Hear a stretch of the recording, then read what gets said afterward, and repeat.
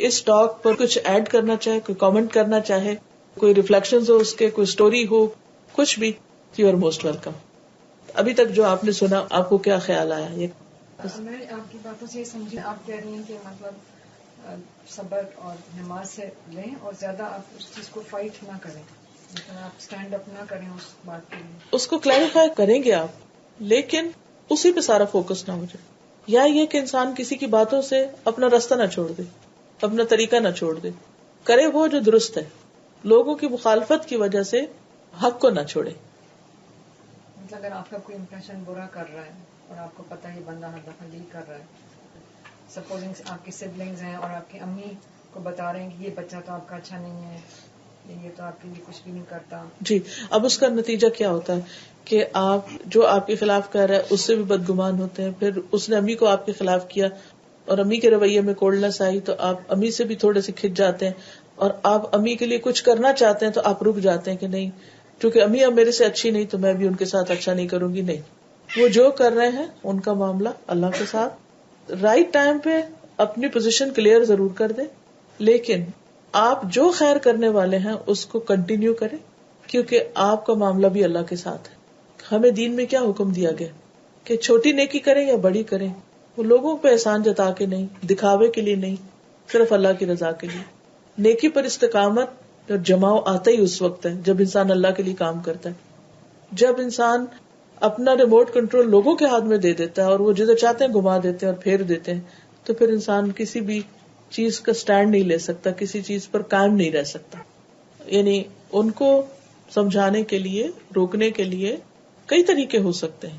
یعنی اس میں 2-3 چیزیں, ایک وہ شخص جو بہکا رہا ہے, ایک وہ ہے جس کو بہکایا جا رہا ہے, اور ایک آپ ہیں.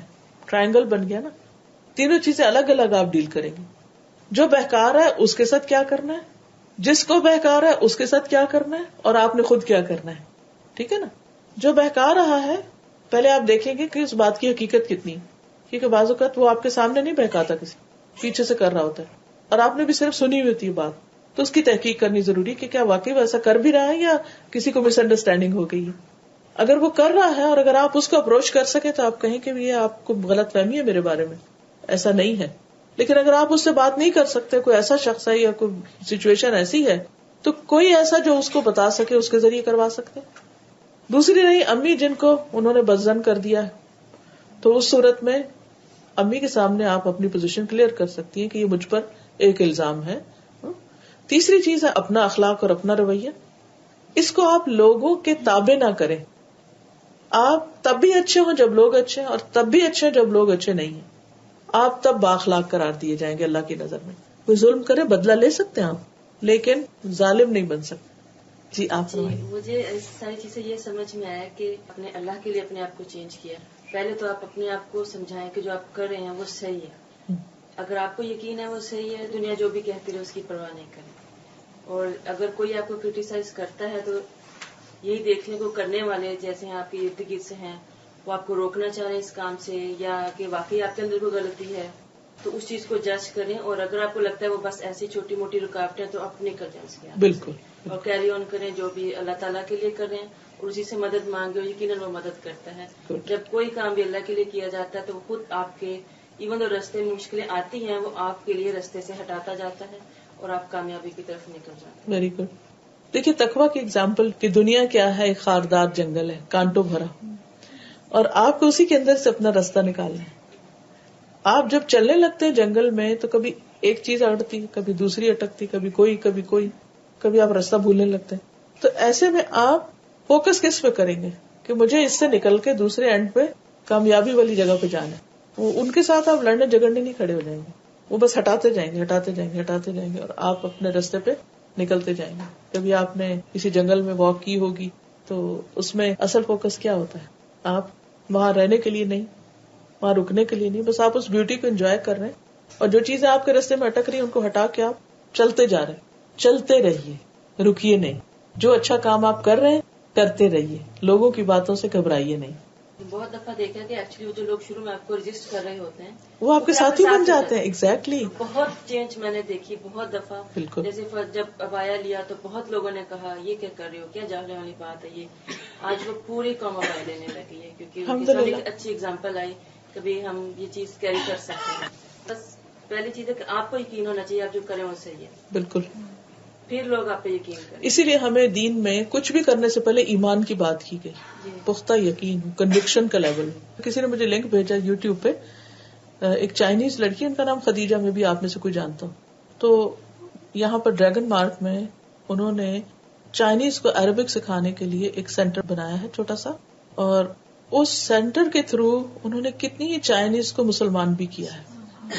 اور آپ کو پتا ہے کلاس کس وقت لیتی ہیں وہ؟ رات 10 بجے, 10 سے 12.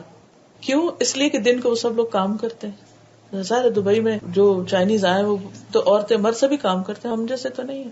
ہم تو مرد کام کرتے ہیں تو ہم آرام کرتے ہیں, لیکن وہاں تو یہ کانسیپٹ ہی نہیں ہے. ان کے یہاں تو مرد اور عورت سب کوئی کام کر رہے ہیں, وہ کر رہے ہیں بہرحال. تو کہتے ہیں کہ ایک انٹرویو دے رہی تھی بچی, تو وہ کہتی کہ میں بھی مسلمان نہیں ہوئی, لیکن ہماری ٹیچر رات 10 بجے ہماری کلاس لیتی ہے. ایک دن بہت بارش تھی اور تھنڈر اور سب کچھ, گھر سے نکلنا مشکل تھا, تو مجھے ایسا لگا کہ آج ٹیچر نہیں آئے گی. لیکن کہتی کہ میں شاک تھی کہ شی واز ان کلاس. کہتی کہ اس چیز نے میرے دل کے اندر اسلام کی ایک تڑپ لگا دی, اور اب میں سوچ رہی ہوں کہ میں بھی مسلمان ہو جاؤں. اور کتنے ہی اور لوگوں کو اس نے مسلمان کیا ہے, اور خود اس کی زندگی کا ایم ہے کہ وہ چائنیز کو اسلام کی طرف لانا چاہتی. تو میں بلکہ پلان کر رہی تھی کہ میں کسی طرح جا کر ملوں اس سے کہ وہ اور کیا کیا کر رہی ہے. تو میں یہ سوچ رہی تھی کہ جب انسان کے اندر کنوکشن کا ایک لیول آ جاتا ہے, اس کے بھی چھوٹے بچے ہیں, اس کا بھی آرام ہے, وہ بھی دن بھر کام کرتی ہوگی, وہ کیا جذبہ ہے اسلام کی خدمت کا کہ رات کے 10 سے 12 بجے عربک سکھا رہی چائنیز کو. اور چائنیز کیوں عربک سیکھ رہے ہیں؟ جب لوکلز کی زبان آتی ہوگی تو زیادہ اچھی طرح کام کر سکتے ہیں. تو کسی بھی کام کے کرنے میں اصل بات اپنا کنوکشن لیول ہے کہ ہم کیا چاہتے ہیں. جب ہمیں چاہت لگ جاتی کسی چیز کی, پھر کچھ مشکل نہیں رہتا, سارے بہانے ختم ہو جاتے ہیں. اور کوئی کچھ کہنا چاہے؟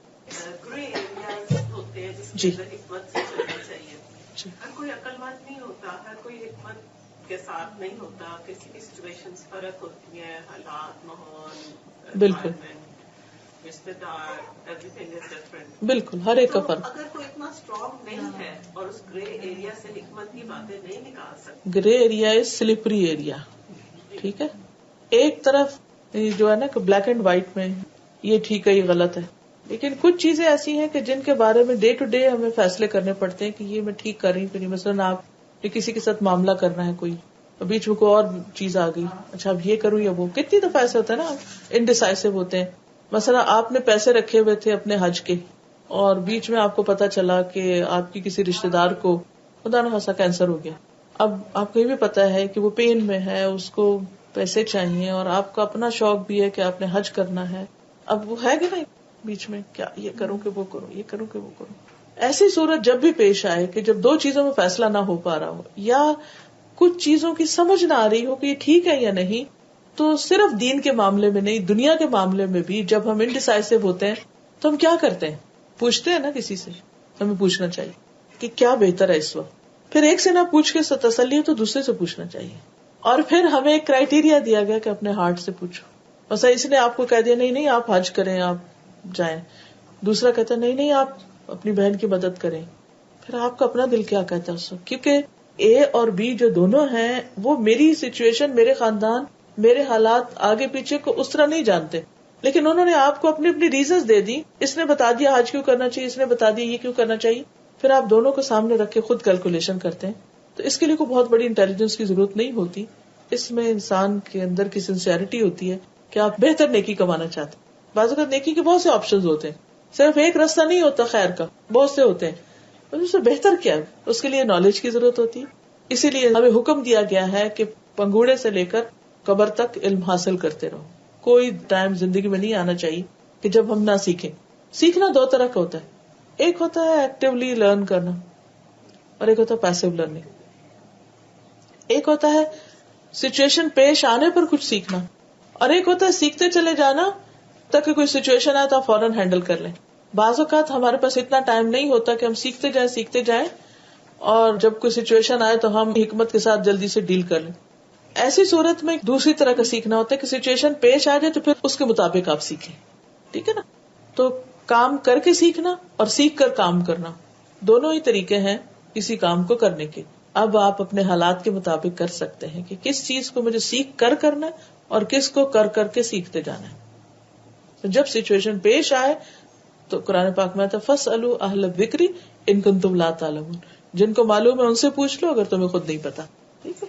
نیکسٹ آپ. جی ان سے میرا سوال بھی اسی سے ریلیونٹ ہے کہ یہی والی بات ہے کہ جیسے اب آپ اس کے ساتھ ہمیں موقع ملا تو ہم آپ سے پوچھیں, پھر ہماری کوئی اور ٹیچر ہوتی ہے آپ چلے جائیں پھر ان سے ہم پوچھیں. تو اس مگر ہمارے ساتھ تھوڑا سا یہ پرابلم یہاں دبئی میں دیکھنے میں آ رہا ہے کہ we get stuck on one teacher only. اب میں نے کہہ دیا کہ اگر آپ سے میں پوچھوں گی تب اس کے علاوہ اگر 4 لوگ اور بھی کلاسز دے رہی ہوں, اگر ہم بیٹھ کے اکٹھا we are trying to get into a discussion. اب جیسے میں ہمیشہ ڈاکٹرز کا ایگزامپل دیتی ہوں کہ 4 کارڈیولوجسٹ آپ کے ہارٹ کو ٹریٹ کر رہے ہیں اور آپ کو میڈیکیشنز چاروں ٹھیک کرنے کے لیے دے رہے ہیں. وہ ان کا مقصد یہ نہیں ہے کہ ایک آپ کو کوئی لٹا دے سلا دے, مگر چاروں آپ کو بہتری کے لیے دے رہے ہیں. تو اسی طرح سے ان کے بھی ویوز دیکھ کے we should all come to a thing کہ ہاں مگر we get stuck on it. جیسے ہمارے پرائمری اسکول کے بچے ہوتے ہیں نا کہ بس میرا ہی ٹیچر بول دے وہ پتھر کی لکیر ہے. اصل بات یہ کہ ہم اپنا مائنڈ نہیں یوز کرنا چاہتے. ہم سوچتے ہیں کوئی ہمیں بتا دے اور بس کوئی ایک بتا دے جس پر ہمارا ایک ٹرسٹ بلڈ ہو گیا تو بس جو وہ کہہ دے ہم وہی کرنا چاہیں. یعنی کہ یہ جو اس طرح کی فالوئنگ ہے نا یہ ہماری اپنی سستی کی وجہ سے ہوتی ہے. بعض اوقات آپ گھر خریدنے سے پہلے کیا کرتے ہیں, صرف ایک اپنی اما سے یا کسی اپنے ہسبینڈ یا کسی ایک سے پوچھ لیا بس جو وہ کہہ دے وہی کر لیں گے. آپ سارے ایز اے فیملی جاتے ہیں, ایک گھر دیکھتے ہیں, دوسرا دیکھتے ہیں, وہ ایریا دیکھتے ہیں, وہ ایریا دیکھتے ہیں, پھر ایک سے کنسلٹ کرتے ہیں, دوسرے سے کرتے ہیں, تیسرے سے کرتے ہیں, پھر جا کے آپ ایک ڈیسیژن لیتے ہیں. تو اس میں کیا حرج ہے؟ کوئی حرج نہیں. اسی طرح سے ہم کوئی بیماری ہوتی ہے تو ہم سب سے لیتے ہیں کہ آپ بتائیں کہ اس کا کیا کیور ہے. آپ پھر ہم وہ کرتے ہیں جہاں ہمارا ذہن ہمیں مطمئن کرتا ہے کہ ہمیں ان کے پاس جانا ہے. وہی بات جو میں نے کہی نا کہ پھر آپ کے اندر بھی ایک ضمیر اللہ نے رکھا ہے آپ کو پہچان کرنے کے لیے کہ کیا صحیح ہے اور کیا غلط ہے. ایک اور چیز یہ بھی یاد رکھیے کہ جس سے بھی آپ پوچھ رہے ہیں یا جو بھی آپ کو مشورہ دے رہا ہے وہ کہاں سے بول رہا ہے, قرآن اور سنت سے اگر دین کا معاملہ ہے, یا صرف سنی سنائی باتوں سے یا ادھر ادھر کے فلسفوں سے. بعض لوگ ہر معاملے میں کچھ نہ کچھ فتویٰ دے رہے ہوتے ہیں چاہے انہیں علم ہو یا نہ. بعض لوگ فقہی اختلافات میں پڑ جاتے ہیں, صرف یہاں موجودہ ٹیچرز نہیں پرانے ٹیچرز کے اوپر بھی لڑتے ہیں لوگ. تو ایسے موقع پر خود کیا چاہتے ہیں کہ آپ کو کیا پتا چلے, اللہ کا حکم یا آپ کی مرضی کا حکم. پھر جو آپ چاہتے ہیں نا اس کے مطابق آپ کو مل جاتا ہے اور آپ اسی کے پیچھے لگ جاتے ہیں کیونکہ وہ آپ کو اپنی مرضی کی چیز مل رہی ہے. یہ نہیں ہوتی کہ وہ واقعی اللہ کی مرضی کی چیز ہے. یہ ایک اور مشکل ہوتی.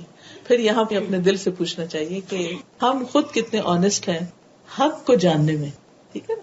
جو آپ نے آیتیں پڑھی سیاق الصفا کی, اللہ تعالیٰ پوائنٹ آؤٹ لوگوں کی طرف کر رہے ہیں. جب یہ پیج آخر میں ختم ہوتا ہے تو اس میں بولا ان اتبعت اہواءہم من بعد جاءک, تو وہ اللہ تعالیٰ پھر انڈیویجول پہ یہ بات کر رہے ہیں کہ آپ کے پاس اگر جب علم آ جاتا ہے تو آپ کی ان سے زیادہ پوچھ ہوتی ہے, اور پلس آپ کی جو باطل ہے یعنی آپ کا ڈیزائر, آپ کی شہوات, تو ہم اس سے پہلے کہ پوائنٹ آؤٹ لوگوں کی طرف کریں سب سے پہلے ہمیں ایز اے مسلمان اپنے آپ میں تبدیلی لانی ہے. تبدیلی ظاہری تو آئی گیس بہت آسان ہے.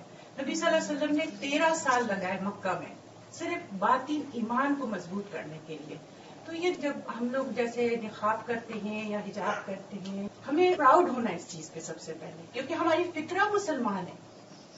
آج ہمارے معاشرے میں سب سے زیادہ کیا پرابلم چل رہی ہے؟ Depression, anxiety. ریزن کیا ہے کہ ہم اگینسٹ اپنی فطرہ جا رہے ہیں. تو ہم جس لیول کا بھی حجاب کر رہے ہیں اور احکامات پہ عمل کر رہے ہیں اس پہ سب سے پہلے پراؤڈ ہوں. ایاک نعبد و ایاک نستعین اہدنا الصراط المستقیم, کیونکہ یہ بھی دیر نہیں لگتی ہے, جو لوگ کرتے ہیں وہ بھی پلٹ جاتے ہیں, ان کو بھی پلٹ کی دیر نہیں لگتی. اور پلس یہ اللہ کی ہم پہ کتنی رحمت ہے کہ ہم علم حاصل کر رہے ہیں بہت اچھی اچھی ٹیچرز کے ساتھ. اور اللہ تعالیٰ ان کے اندر اخلاص دے اور ان کی ریز ہمارے اندر بھی آئے اور ہمیں بھی وہ اخلاص ملے. اور سب سے بڑی بات کہ سب ماشاءاللہ جو اچھی اچھی باتیں، کبھی کبھی آپ کے نوکر یا آپ کے کوئی نیچے انڈر آپ کے بچے، وہ بھی آپ کو ایسی بات سے کنیکٹ کرتے ہیں. Everything is only for Allah. کبھی وہ بچے بھی ہمیں ایسی طرح ٹوکتے ہیں اور وہ بتاتے ہیں تو ہم خود ایک دم رک جاتے ہیں، because they are doing it for Allah سبحانہ و تعالیٰ. اسی طرح ساری ٹیچرز اللہ سے کنیکٹ کر رہی ہیں، کسی اور جگہوں سے نہیں کر رہی ہیں. تو اس لائے کہ نا جو بھی بات جہاں سے اچھی ملی لے لو. اور اگر جیسا ایک اسکالر سے میں نے یہی سوال کیا تھا کچھ عرصہ پہلے، انہوں نے بھی بہت اچھا ایک جواب اسی بات کا دیا تھا. میں نے کہا ورنہ یہ ہوتا ہے کہ ایک ڈومیننٹ سوسائٹی میں ایک ہی جگہ آپ جا رہے ہوں یا ایک ہی جگہ آپ کر رہے ہوں تو بس اس کے علاوہ آپ کوئی اور ویژن دیکھ ہی نہیں پاتے. تو ہر چیز becomes in a very black and white manner. تو انہوں نے کہا اگر میں بھی آپ کو کچھ بتاتا ہوں اور آپ کے دل کو نہ ٹھکے، آپ 2 رکعت نفل پڑھ کے اللہ سے گائیڈنس مانگو، اللہ تعالیٰ آپ سچ تک لے کے جائیں گے. اگر آپ کے اندر اخلاص ہے، اگر آپ کی نیت ہے to get to the right thing. اصل تو ہے کہ آپ اپنے ساتھ کتنے آنےسٹ ہیں، آپ واقعی خود کیا چاہتے ہیں، خواہشات کی پیروی چاہتے ہیں یا علم کی پیروی چاہتے ہیں. تو پھر جج تو اللہ نے کرنا ہے، کوئی کسی کو نہیں کر سکتا. اب جیسے ہمارے لیے بڑا مشکل ہے، I am talking about my self now, کہ بہت ویک اپنے آپ کو فیل کرتے ہیں کہ اب پہلی دفعہ ماشاءاللہ ایسا اتنا بڑا اسٹیپ لیا ہم نے کہ جب ہماری بیٹی کی بھی ماشاءاللہ شادی ہوئی تو ہم نے سیگریگیٹڈ کیا. تو اس کے اوپر آج تک کہ اس چیز کی کیا ضرورت تھی ان کو. Nobody else does it except your own family. تو اب یہ ہرٹ بھی ہے، اینگر بھی ہے. اب اگر یہ ہرٹ ہے نا، پھر اس میں یہ ہے کہ کہنے والا کون کہہ رہا ہے، کون کہہ رہا ہے. ان کو علم نہیں ہے، ان کے علم کا سورس کچھ اور ہے، اور آپ جس وجہ سے کریں آپ کے علم کا سورس کچھ اور ہے. اس لیے آپ کے ڈیسیژن بیسڈ ہے آپ کے علم کے اوپر، ان کے ڈیسیژن بیسڈ ہے ان پر. ہرٹ بھی نہیں ہونا چاہیے، بلکہ میں سمجھتی خوش ہونا چاہیے کہ کچھ ایسی چیز تھی کہ جس پر کریٹیسزم آیا، ورنہ بیکار چیز پر تو کوئی کریٹیسائز بھی نہیں کرتا. میں پوچھنا چاہتی تھی کہ جیسے ہمارے رشتے دار ہیں، میرے میکے میں ایک رشتے دار ہیں، وہ اکثر ان کے گاؤں میں کہتے ہیں اس کا چھت گر گیا، اس کا یہ ہو گیا تو زکوٰۃ دینی ہے تو ہم دے دیتے ہیں. لیکن مجھے یہ پھر فیل ہوا کہ کئی دفعہ ان کو اگر جس کو ضرورت تھی اگر آپ ڈائریکٹ پہنچا دیں یا کسی اور کے تھرو، جیسے اگر میں نے امی کو کہہ دیا آپ دے آئیں، تو پھر وہ کہتی کہ نہیں مجھے دینا تھا، میں کرتی، اور یہ لوگ پھر فضول خرچ کر دیتے ہیں. اب ایک بات ایسی آئی کہ ان کے گھر میں جو کام کرتے ہیں بہت ساری لڑکیاں ان کی، تو ان کی شادی کے لیے کہتی کہ میں ان کے لیے فرنیچر بناؤں گی تو آپ مجھے دیں کہ زکوٰۃ میں سے. میرا دل ایسے نہیں مانتا کہ کل کو پھر وہ کوئی احسان والی بات نہ آ جائے. کام والوں کو اکثر لوگ کہتے ہیں نا کہ میں نے تو یہ بھی کیا تھا، اب تم تنخواہ بھی زیادہ مانگ رہے ہو.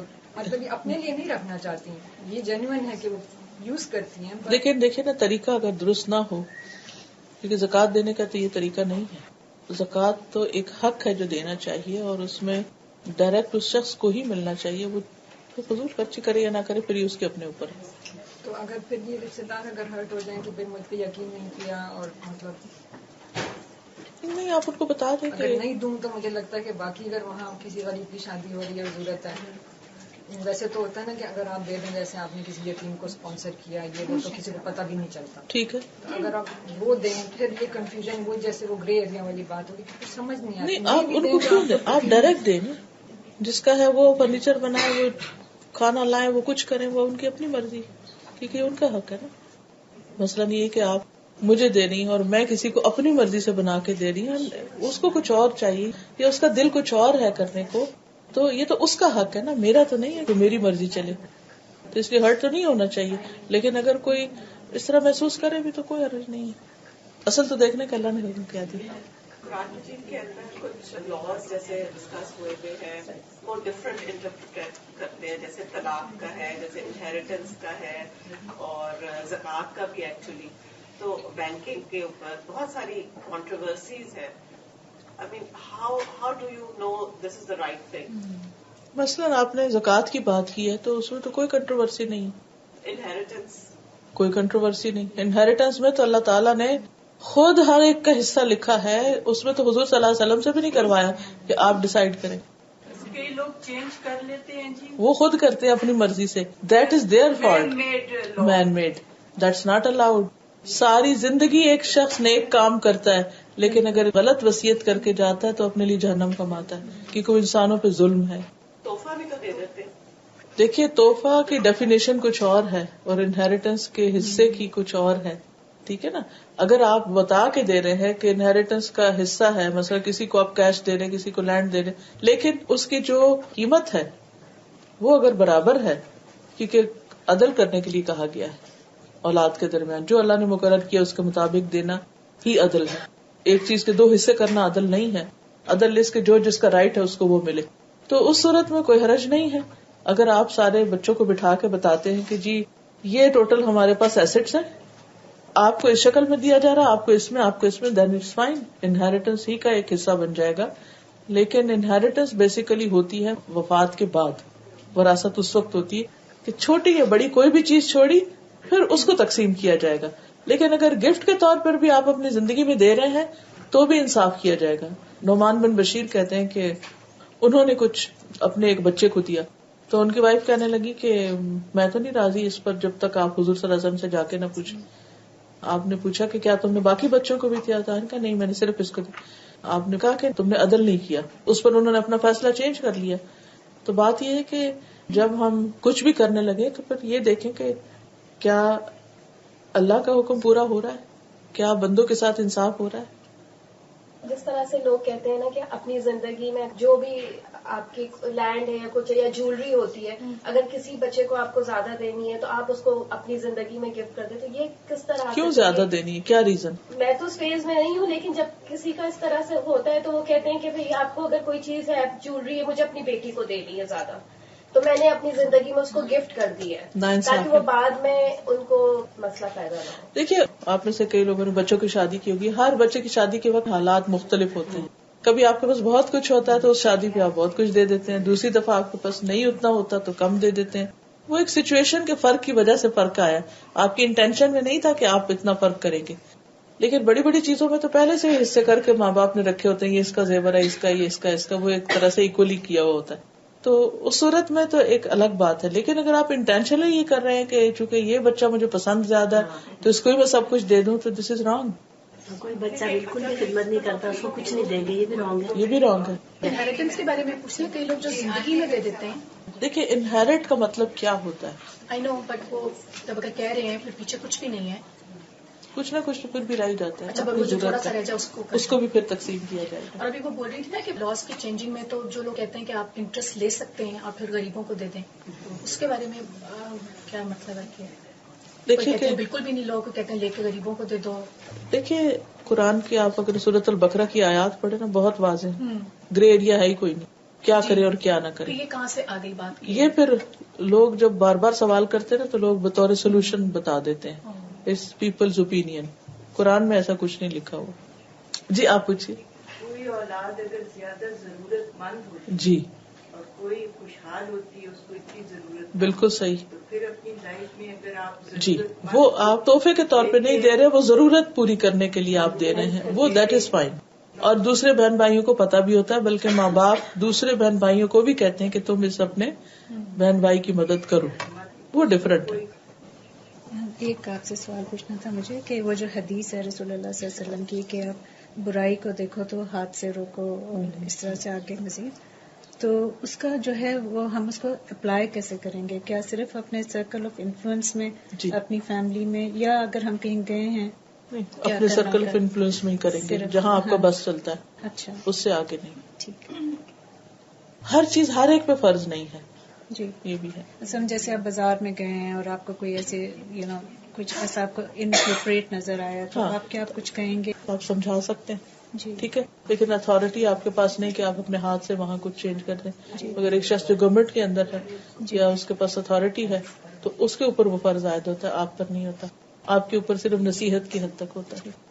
زکوٰۃ کے متعلق ایک سوال, اگر آپ کو پتہ ہے کہ ایک فیملی جو پہلے بہت ویل آف تھی اب وہ کرائسس میں ہے اور ضرورت مند ہے, ٹھیک ہے, اور وہ اس وقت قرض مانگ رہے ہیں آپ سے. فار ایگزامپل میرے پاس اتنے نہیں کہ میں قرض دوں, لیکن زکوٰۃ کے کچھ پیسے پڑے ہوئے میرے پاس, تو وہ میں ان کو بطور قرض دے سکتی ہوں؟ دیکھیے زکوٰۃ دی جائے گی اس کو جو اس کا مستحق ہوگا. ویسے کوئی شخص قرض مانگتا ہے تو اس کو زکوٰۃ نہیں دی جا سکتی اس وقت تک جب تک یہ ثابت نہ ہو کہ یہ زکوٰۃ کا مستحق ہے. یعنی دو سچویشن ہے, یا کوئی زکوٰۃ کا مستحق ہے یا نہیں ہے, ٹھیک ہے نا. مثلاً اے زکوٰۃ کا مستحق ہے تو آپ اس کو زکوٰۃ دیں گی. بھی زکوٰۃ کا مستحق نہیں, آپ اس کو زکوٰۃ نہیں دیں گی اور نہ زکوٰۃ کے پیسے بطور قرض دیں گی, کیونکہ وہ مستحق نہیں. ٹھیک ہے, کیونکہ قرآن مجید میں زکوٰۃ کے مستحقوں کے نام بتا دیے گئے ہیں کہ فقراء کے لیے ہے, مساکین کے لیے ہے. فقیر وہ ہوتا ہے جس کے پاس کچھ بھی نہ ہو, نتھنگ. مسکین وہ ہوتا ہے جس کے پاس ہے کچھ مگر اتنا نہیں کہ اس کی بیسک نیسیسٹیز پوری ہوں. تو اب اگر کوئی ایسا مسکین ہے, پہلے بہت کچھ تھا, اس کو بھول جائیے, ماضی کو ہم نہیں دیکھیں گے, ہم دیکھیں گے اس وقت اس کی پوزیشن کیا ہے. مثلا اگر وہ سخت مقروض ہے اور لوگ اس کی عزت کے پیچھے ہیں, اس کی جان کے پیچھے, وہ زکوٰۃ کا مستحق ہو گیا, آپ اس کے اس قرضے کو ادا کرنے کے لیے زکوٰۃ کا مال دے سکتے ہیں, تو وہ مستحق میں آ گیا پھر. لیکن اگر اس کے پاس سب کچھ ہے زندگی کی اور چیزیں, مگر وہ ایک اور کاروبار کرنے کے لیے کوئی زکوٰۃ اس کو قرضے کے طور پہ نہیں دی جا سکتی. جیسے آج کل یہاں پہ بہت سے لوگ جو یہاں رہتے ہیں, مسافر بھی ہیں, یہاں کرائسس میں رہتے ہیں, جاب چلی جاتی ہے, گھر چلا جاتا ہے, بچوں کے اسکول چلے جاتے ہیں, کچھ بھی نہیں ہوتا, نئے سرے سے اسٹینڈ لینے کے لیے انہیں وہ اتنے ذمہ دار ہوتے ہیں کہ وہ مانگ نہیں سکتے. مساکین میں آ کے پھر ان کی مدد کرتے اس طریقے سے کہ ان کی عزت نفس بھی نہ جائے, انہیں نہ لگے وہ زکوٰۃ لے رہے. ٹھیک ہے, لیکن آپ ان کی مدد کرتے ہو کہ چلو اگر کچھ ٹائم کے لیے وہ پیسہ یوز ہو جائے ان کے, اور بعد میں وہ واپس کر بھی دیتے ہیں 4-6 مہینے کے بعد, تو آپ وہ ایز اے زکوٰۃ پھر جہاں بنتا ہے وہاں دے دیں. لیکن آپ کی زکوٰۃ اگر ڈیو ہو چکی ہے تو اس صورت میں آپ کو فوراً ادا کر دینی چاہیے, سسپینڈ نہیں کرنا چاہیے. ایک سوال ہے میرا, یہ جو زکوٰۃ مستحق و مسکین کے لیے جو ہے, اس کی مجھے تھوڑی یہ انڈرسٹینڈنگ تھی کہ اس کا حق پہلے اس جگہ ہے جہاں آپ کما رہے ہیں, جس شہر میں. جی ہاں, یہ صحیح ہے؟ صحیح. اچھا.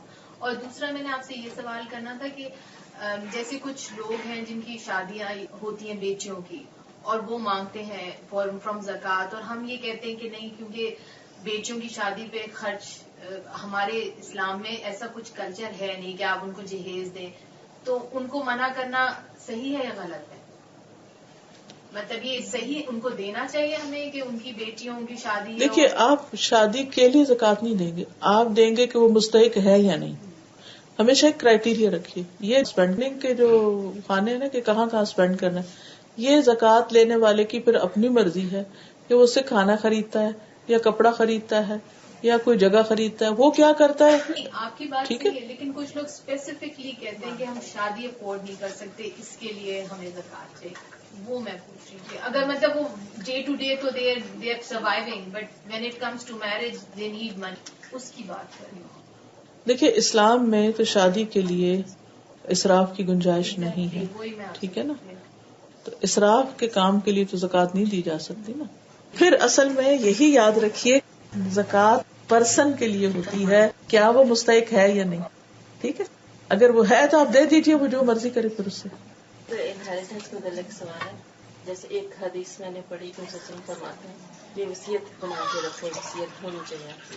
لیکن جہاں ہم قرآن میں دیکھتے ہیں کہ بہت کلیئر رولس ہیں اس کے مطابق, تو پھر وہ کون سی چیز ہے جس کی وصیت کرنی چاہیے ہمیں؟ جیسے میرے والد نے جو بھی پیچھے چھوڑا, ہر چیز اللہ کے حکم سے ڈیوائڈ ہونی تھی, بس وہی ہوگی. اب مثلا ایک چھوٹی سی مثال کہ اگر کوئی شخص فوت ہو گیا ہے لیکن فوت ہونے والے کا باپ ابھی فوت نہیں ہوا اور اس شخص کے چھوٹے چھوٹے بچے بھی ہیں, اب اس مرنے والے کو تو کچھ نہیں ملے گا کیونکہ وہ تو فوت ہو گیا, میت کے لیے تو انہیریٹنس نہیں ہوتی. تو جب دادا فوت ہوں گے تو پوتے کے لیے کچھ نہیں ملے گا اس کو. اب اس صورت میں دادا وصیت کر سکتے ہیں کہ میری فلاں بچہ جو فوت ہو گیا ہے, اتنا پیسہ اس کے بچوں کو دے دیا جائے, یا یہ لینڈ اس کے بچوں کو میرے بعد میں دے دی جائے, کیونکہ اگر وہ بچہ زندہ ہوتا تو وہ اپنا حصہ لیتا, اب وہ فوت ہو چکا ہے, حصہ تو نہیں جا سکتا اس کے بچوں کو. اب یہاں وصیت کی جائے گی, لیکن یہ وصیت پورے مال کے 1/3 میں ہی کی جا سکتی ہے, اس سے زیادہ نہیں. ٹھیک ہے, یہ ایک سچویشن ہو سکتی ہے. اس کے علاوہ وصیت میں جیسے صدقہ جاریہ کا کوئی کام ہے کہ انہیریٹنس تقسیم ہونے سے پہلے میرے مال کا اتنا حصہ فلاں جگہ پر لگا دیا جائے نیکی کے کام میں, وہ ہو سکتی ہے. آپ کچھ کہتے ہیں؟ میرا سوال تھوڑا ڈفرینٹ ہے, it's nothing to do with حقس آف دا لاز. مراقبہ اینڈ سائلنٹ ذکرز اینڈ اس طرح کی گیدرنگز جہاں پہ یہ ہوتے ہیں, اور کافی لوگ کہتے ہیں کہ نہیں، ابو بکر صدیق رضی اللہ عنہ نے کیا تھا، انہوں نے ایسی محفل رکھی تھی جن میں اس طرح کی ذکر ہوتے تھے، تو اس پہ آپ کا کیا آئیڈیا ہے؟ دیکھیے کہ کوئی بھی چیز جب ہمیں دیکھنی ہوگی کہ کرنا چاہیے کہ نہیں کرنا چاہیے، وہ ضرور دیکھنا چاہیے کہ قرآن میں کیا لکھا ہے. سب سے پہلے آپ کور ٹو کور قرآن پورا دیکھ لیں. نہ کہیں مراقبہ کا ذکر ہے اور نہ کسی ایسی چیز کا ذکر ہے، پورے قرآن میں نہیں ہے. اس کے بعد نبی صلی اللہ علیہ وسلم کی زندگی میں دیکھیے، پوری سیرت پڑھ جائیے. آپ کی زندگی میں کبھی ایسا نہیں ملا کہ آپ نے لوگوں کو اکٹھا کر کے اندھیرا کر کے کوئی ایسا کام کیا ہوگا. ذکر کی بہت فضیلت آئی ہے اور ذکر کرنے کو کہا گیا ہے. سورۃ آل عمران میں آتا ہے عقل مند لوگ وہ ہیں جو اللہ کو یاد کرتے ہیں کھڑے لیٹے بیٹھے ہر حال میں. حج سب سے اچھا وہ جس میں ذکر زیادہ ہو، روزہ سب سے اچھا وہ جس میں ذکر زیادہ ہو، نماز سب سے اچھی وہ جس میں اللہ کی یاد زیادہ ہو، صدقہ خیرات اس کا زیادہ اچھا جو اللہ کو زیادہ یاد کرنے والا ہے. اور اعمال میں افضل ترین عمل ہے ذکر. اگر آپ سورۃ البقرہ پڑھیں تو اس میں آتا ہے کہ وَاذْكُرُوهُ كَمَا هَدَاكُمْ، اس کو اس طرح یاد کرو جیسے اس نے تمہاری رہنمائی کی ہے، یعنی جو اس نے طریقہ بتایا اس کے مطابق کرو. تو جب ہم کسی بھی کام کو کرنے کا خود سے کوئی طریقہ بنا لیتے ہیں، کچھ ایسے خاص طریقے ایجاد کر لیتے ہیں، تو وہ بدعت شمار ہوتا ہے. پھر اگر سنت میں کوئی طریقہ ہے تو ٹھیک ہے. جہاں تک آپ حضرت ابوبکر کی بات کر رہی ہیں، میں نے جتنا حضرت ابوبکر کے بارے میں پڑھا مجھے کسی ایسی چیز کا پتہ نہیں. اگر کوئی ہے تو میں ضرور جاننا چاہوں گی، لیکن یہ مجھے ضرور یقین ہے کہ جو کام حضور صلی اللہ علیہ وسلم نے نہیں کیا وہ ابوبکر کبھی نہیں کریں گے. لیکن اگر آپ یہ کہیں نا تو وہ کہیں گے تو مراقبہ تو خالی نام ہے، تو اس وقت تو تجوید بھی نام نہیں تھا. اب تجوید ہم نے نام رکھ لیا کیونکہ اس کی ضرورت ہے. تو مراقبہ مطلب ہوتا تھا لیکن یہ نام نہیں تھا. کیسے ہوتا تھا میں جاننا چاہوں گی. دیکھیے مجھے کسی سے بھی کوئی باعث نہیں ہے، کوئی بھی کر رہا، چاہے میری والدہ بھی کچھ کریں، میں ضرور دیکھوں گی کہ کیا اس کے دین میں کوئی روٹس ہے یا نہیں. ٹھیک ہے، اب مثلا نام رکھا یا نہیں رکھا، میں صرف ایکشن پوچھ رہی ہوں کہ وہ کس نام سے وہ ایکشن تھا. تجوید نام ٹھیک ہے نہیں تھا لیکن کام تو تھا نا. لوگ قرآن تو پڑھتے تھے نا، اور حکم بھی دیا گیا وہ ہم میں سے نہیں جو قرآن کو اچھی طرح نہ پڑھے، غنا سے نہ پڑھے. تو میں صرف یہ جاننا چاہتی ہوں کہ جس اسپیسیفک طریقے سے ہم یہ سب کام کرتے ہیں وہ طریقہ کیا ایز اٹ از وہاں تھا. اگر تھا تو ٹھیک ہے ہم بھی کر لیتے. ہمارا بہترین مراقبہ نماز ہے کہ جس میں آپ ہر ایک سے کٹ جاتے ہیں، ہینڈز اپ کر دیتے ہیں. اور کیا حکم دیا، قد افلح المؤمنون الذین هم فی صلاتهم خاشعون. جتنا مراقبہ کرنا نماز کی حالت میں کرو. ذکر بھی کر رہے ہو، بول بھی نہیں پا رہے، بولنا بھی نہیں، کسی سے کھانا بھی نہیں، کچھ نہیں کرنا، پوری کنسنٹریشن کرو. جو شخص دن میں 5 بار مراقبہ کرتا ہے اس کو الگ سے ایک اور کرنے کی ضرورت نہیں رہتی. ٹھیک ہے، لوگ کہتے ہیں نا کہ گروپ میں جو ذکر ہوتا ہے ٹھیک ہے وہ اینجلز ہوتے ہیں. بالکل. مثلا ہم نے ابھی کیا کیا، اللہ کا ذکر کیا نا، دین کی بات کی، یہ بھی اللہ کے نام کی مجلس ہے. تو اس میں صحابہ مسجد میں بیٹھتے تھے، اپنا اپنا پڑھتے تھے، ذکر کے حلقے ہوتے تھے سب. لیکن کیا اس طریقے پر وہ سب کچھ تھا؟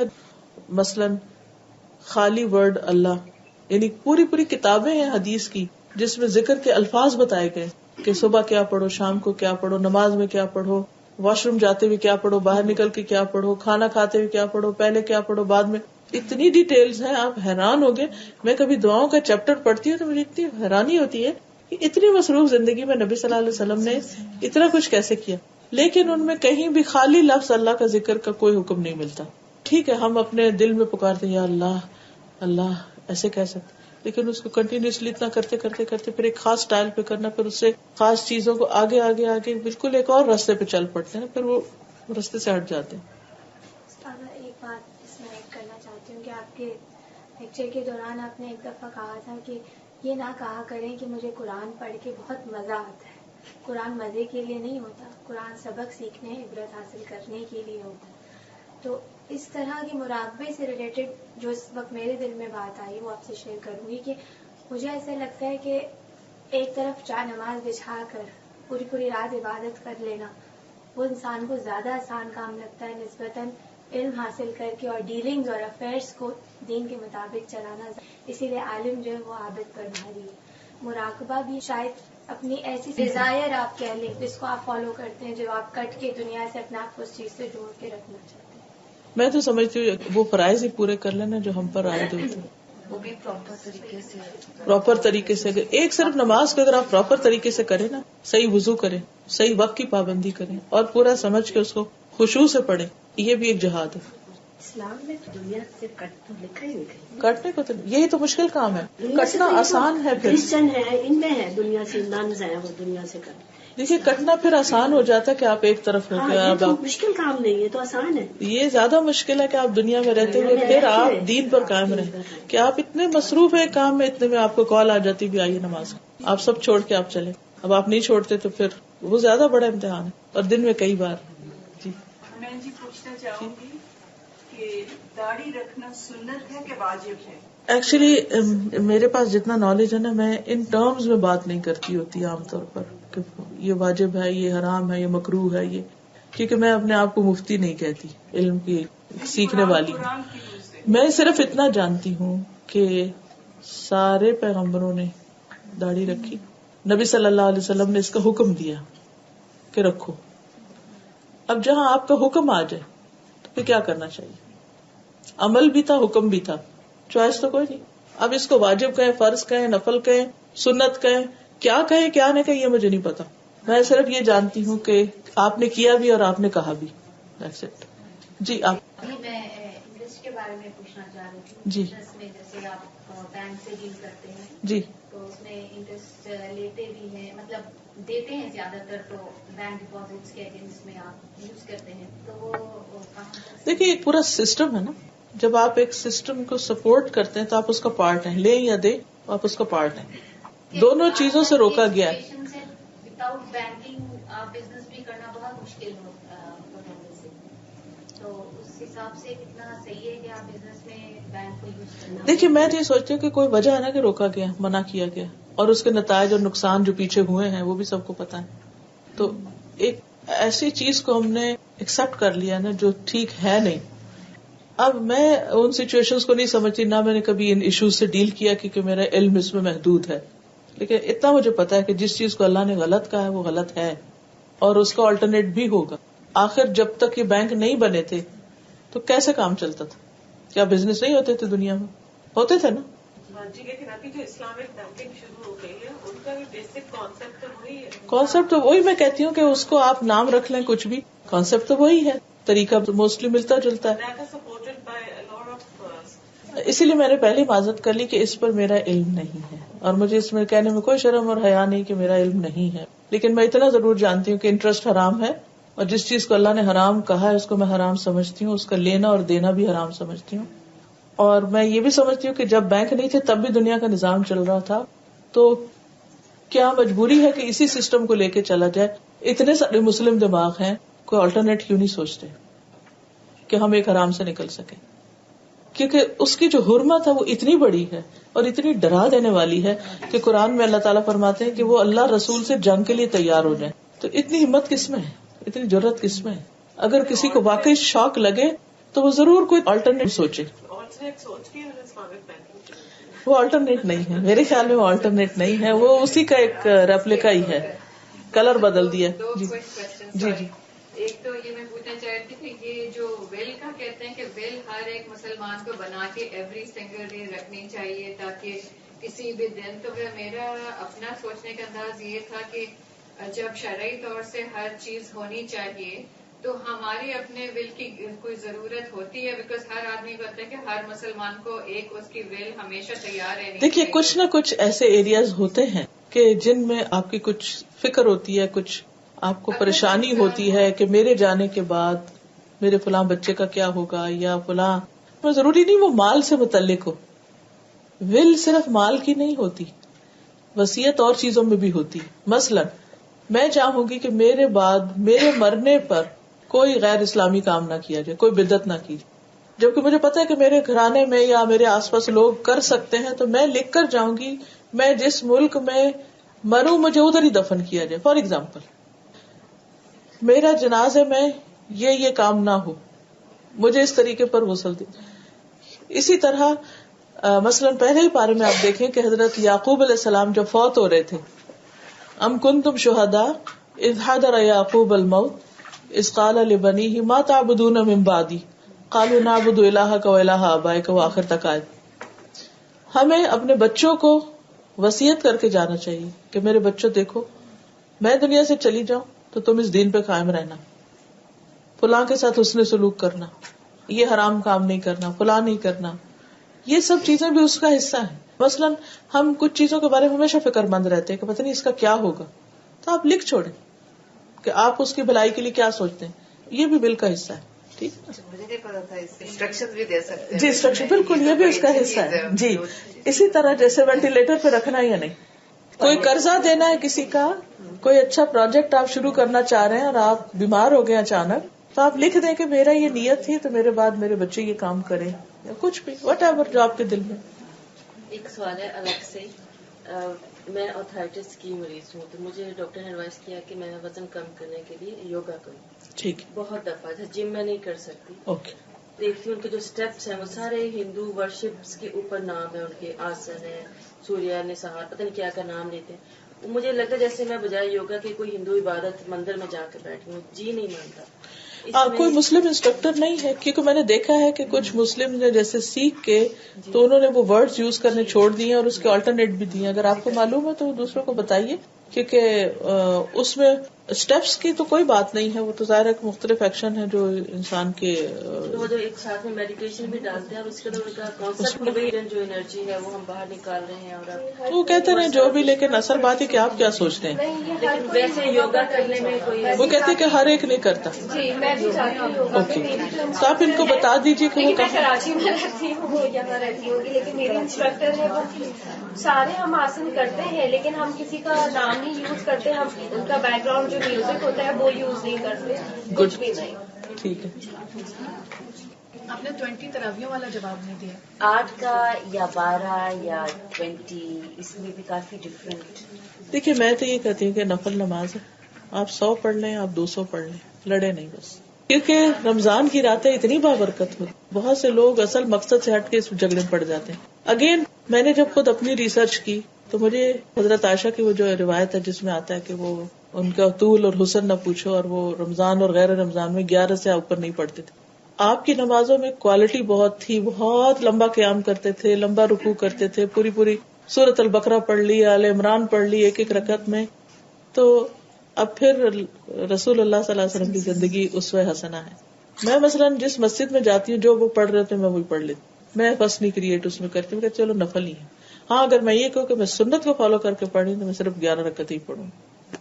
اگر اکیلی پڑھوں گی تو 11 ہی پڑھوں. میں یہ انہوں نے بتایا کہ اگر ہم 8 پڑھیں گے تو بڑا گناہ ہے، 20 پڑھنی چاہیے، کیونکہ حضرت ابو بکر نے ایک دفعہ باہر آ کے کہا تھا لوگ الگ الگ پڑھ رہے تھے. لیکن میں نے جب صحیح بخاری نکالی تو اس میں خاص لکھا ہوا تھا کہ جو لوگ اس پہ بحث کرتے ہیں کہ حضرت ابو بکر نے کہا تھا، انہوں نے کوئی دلیل نہیں دی. کوئی ہے نہیں. یہ کہاں سے آ گیا کہ 20؟ دیکھیے جب میں ضد میں آ جاؤں گی نا تو میں کچھ نہ کچھ آپ کو اس میں یہ ضد کا معاملہ بن گیا. 20 کا شروع کیسے ہوا یہ آپ بتا سکتی ہیں؟ مجھے اتنا نہیں معلوم. یہ اس کی نبی صلی اللہ علیہ وسلم نے تو اسٹیبلش کیا ہی نہیں تھا، اس طرح صرف 3 دن پڑھایا تھا. کسی سے بھی پوچھے ان 3 دنوں میں کتنی رکعت ہے، وہ یہ پروو کرے کہ وہ 20 تھی. وہ 20 نہیں تھی. نہیں کیونکہ وہ کہتے ہیں نا کہ حضرت پاک نے کہا تھا میرے بعد میرے صحابہ کو فالو کرنا. چلو ٹھیک ہے، نہیں کر رہے تو یہ بہت سا گناہ ہے. تو اس میں ہمیں کلیریفیکیشن چاہیے تھی کہ یہ کہاں تک صحیح ہے کہ ہم فورس کر کے بچوں کو بھی اتنی دور بھیجیں کہ وہ 20 ہی پڑھ. اول تو وہ فرض نماز ہی نہیں ہے، تو اس پہ اتنا فورس نہیں کرنا چاہیے کہ وہ لوگ نماز میں ریئیکشن میں آ جائیں. دوسری بات یہ ہے کہ وہ اول رات بھی پڑھ سکتے ہیں، وہ پچھلی رات بھی پڑھ سکتے ہیں آپ، یعنی کہ تہجد جس کو بولتے ہیں، قیام اللیل بولتے ہیں، تہجد بولتے ہیں، تراویح بولتے ہیں.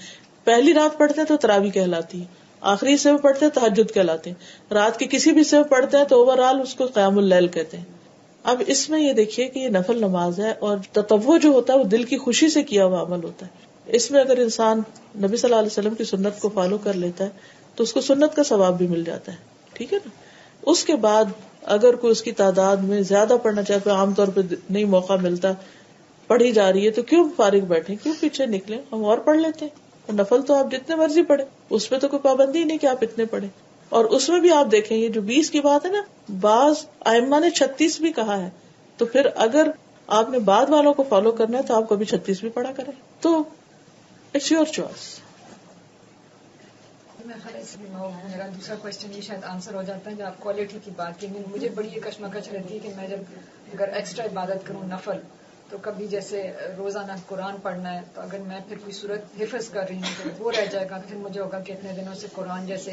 دیکھیے وہ تو اتنا آسان حل ہے، جو آپ نے حفظ کیا وہ آپ اس میں پڑھیں. تو آپ یہ کہہ کے اپنے دل کو لمبی نماز پڑھائیں کہ یہ تو موقع مل رہا ہے روز کے حفظ کی دہرائی کا. ایک دن آپ حفظ کر لیں, ایک دن لمبی نماز پڑھ لیں, اس طرح بھی کر سکتی ہیں اگر آپ سمجھتی ہیں کہ دونوں کام ایک دن نہیں کر سکتے. تہجد کی بھی فضیلت ہے, تہجد فجر کے بعد اشراق تک ذکر کرنے کی فضیلت ہے, لیکن اگر دونوں میں سے آپ ایک ہی کر سکتے ہیں, زیادہ تو نہیں چلے تو تہجد کر لیں. تہجد زیادہ تو ہے نا تھوڑی سی کہ کچھ زیادہ بہتر ہے. میں سوچتی ہوں کہ اتنی ورائٹی دین میں کیوں دی گئی. یہ کنفیوژن کے لیے نہیں دی گئی, یہ ہر ایک کے حالات فرق ہوتے ہیں. اب جس نے جاب پہ جانا ہے ہو سکتا ہے وہ اشراق نہ پڑھ سکے, لیکن وہ تہجد تو پڑھ سکتا ہے.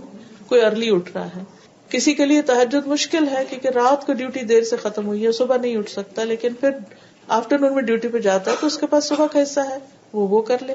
یعنی ضروری نہیں کہ جتنے بھی نوافل بتائے گئے ہیں وہ سارے کے سارے کریں, آپ اپنے حساب سے ان کو ایڈجسٹ کر سکتے ہیں. یہاں سے ایک سوال آیا ہے کہ وہ مہر دینا پڑتا ہے واپس اگر کھلا لے لڑکی. جی دینا پڑتا, یا اس کے علاوہ بھی کوئی گفٹ ہو تو وہ بھی دینا پڑتا ہے. آپ سے وہ تصویر کا پوچھنا چاہتی ہیں پڑھنے کے بارے میں, ہونا سب نہیں پڑھنا چاہیے. دیکھیے میں آپ کو ریفرنس بتا دیتی ہوں جہاں صلاۃ التسبیح کا لکھا ہوا ہے کہ پڑھی جا سکتی.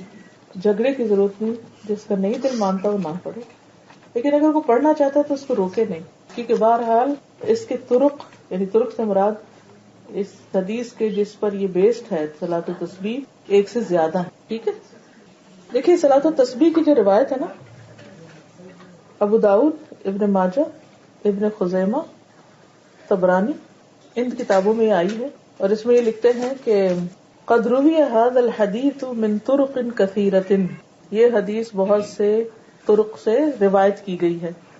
وعن جماعۃ من الصحابہ, اور صحابہ کی بھی ایک جماعت نے اس کی نریشن بیان کی ہے. وقد صححہ جماعۃ, اور ایک گروپ اس کو صحیح قرار دیتا ہے, جبکہ دوسرے گروپ کا خیال یہ ہے کہ یہ چین ویک ہے. اب جو ویک چین آتا ہے تو اس میں جب ایک سے زیادہ چین آتا ہے تو وہ کہتے ہیں ایک چین دوسرے کو سپورٹ کر رہا ہے, اس بنا پر جو پڑھنا چاہے وہ پڑھ سکتا ہے. اس میں بہت ریجیڈیٹی کا مظاہرہ نہیں کرنا چاہیے. ٹھیک ہے, آگے آپ کا جو دل چاہے وہ کریں, لیکن موجود ضرور ہے ان تینوں کتابوں میں. یہ آنٹی کا ایک سوال ہے, یہ پوچھ رہی ہیں کہ قضائے عمرے کے بارے میں.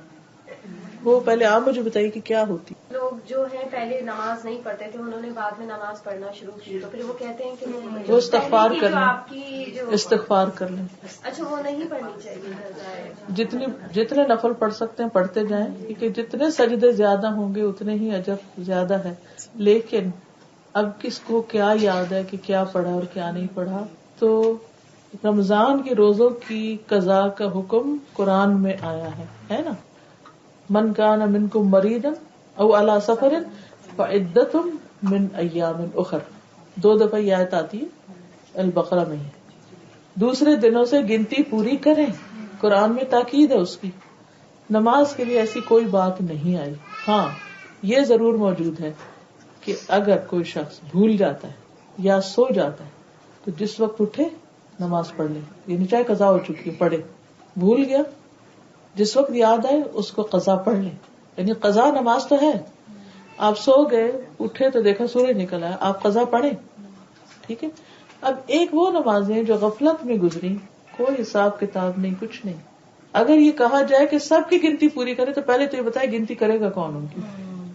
اندازہ ہی ہے نا آپ کی مطلب بعد میں زندگی آپ اپنی وہ ہر ٹائم کے ساتھ اس کی جیسے فجر کی. دیکھیے اتنی اگر آپ لوگوں کو پابندی ڈالیں گے تو ٹائم کی بھی جائے گی. جب اللہ نے حکم نہیں دیا کہ ایسا کرے اس پہ استغفار کرے, کیونکہ نماز کا چھوڑنا بہت بڑا جرم ہے. اگر یہ رستہ کھول دیا جائے تو ہر کوئی اپنی کنوینئنس سے آج نہیں پڑھ رہا اور کل اس کو پچھلے سے ملا کے پڑھ رہا ہے. اگین آپ کا اپنا ڈیسیژن ہے, آپ کے پاس ہمت ہے تو آپ پڑھتے رہیں جتنی پڑھ سکتے ہیں, لیکن اس پر اس طرح کے الفاظ نہیں ملتے جیسے روزے وغیرہ کے بارے میں ملتے ہیں. ٹھیک ہے, اور اکثر جیسے فجر کی نماز لوگوں کی میں سو جاتی ہے اور پھر وہ کہتے ہیں کہ چلو اب اٹھیں جب, لیکن یہ اگر ہم اسی طرح سے اگر اپنی ہر نماز قضا کرتے رہیں تو پھر ہم تو فجر کے لیے اٹھیں گے ہی نہیں نا. کیوں نہ اٹھیں, جس کو احساس ہوگا کہ نہیں, جیسے میں اٹھتی ہوں لیکن اکثر ہوتا ہے نا کہ ہم کہتے ہیں کہ چلو اب آج سو گئے تو ہم صبح. دیکھیے اگر ہم نے کسی سفر پہ جانا ہو, مثلا آپ نے دبئی آنا تھا اور فلائٹ اگر آپ کی فجر کے وقت تھی تو آپ اٹھیں گے نہیں اٹھیں, تو نماز اس سے کم ہے ہمیں. لیکن کبھی کبھار ہر انسان کے اوپر کوئی ایسی وجہ آ جاتی ہے, کیونکہ انسان ہے نا, لیکن یہ عادت یا روٹین نہیں ہونی چاہیے یا فریکوینٹلی نہیں ہو. 2 نمازیں اگر آپ ٹریولنگ میں ہوتے ہیں وہ ساتھ پڑھ سکتے ہیں؟ اگر جیسے ظہر کے وقت آپ نے اثر پڑھ لیا، آپ کہیں جا رہے ہیں تو اس طرح سے کر سکتے ہیں؟ مطلب کبھی آپ ٹریولنگ میں ہوتے ہیں اور آپ کا ہے کہ آپ اثر کی نماز مس ہو جائے گی تو آپ ظہر کے ساتھ اثر اگر پڑھ سکتے اپنے ہیں؟ گھر پہ ہے تو نہیں کر سکتے.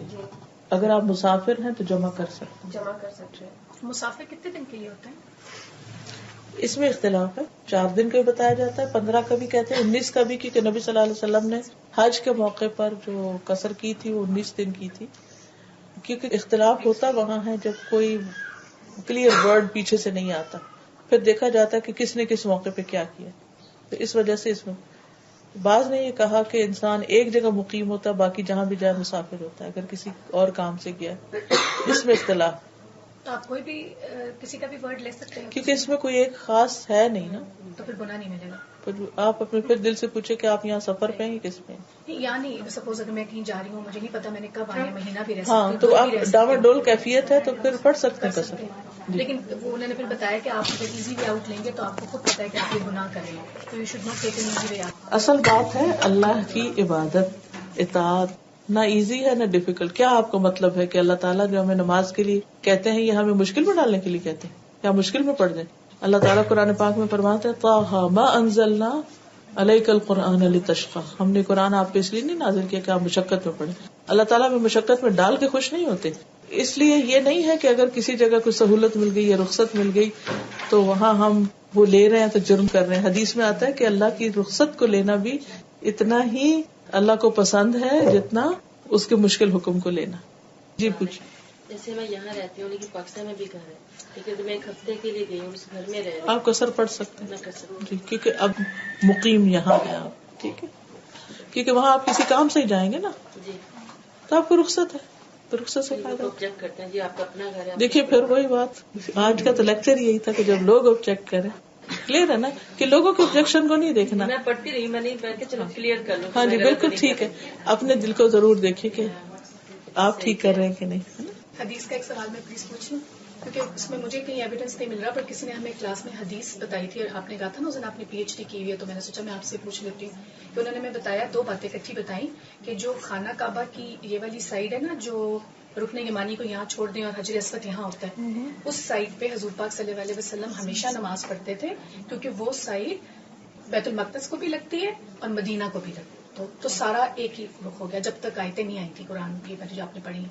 ایک بات. دوسرا انہوں نے کہا کہ اس سائٹ پر ہر وقت 70,000 فرشتے آمین کرتے رہتے ہیں، تو اس لیے وہی نماز پڑھو. اور تو باقی لوگ کو کیا ہوگا جو میں پہلی دفعہ سن رہی ہوں، مجھے معلوم نہیں اس کا. سبحانک اللہم و بحمدک، نشہد ان لا الہ الا انت، نستغفرک و نتوب الیک.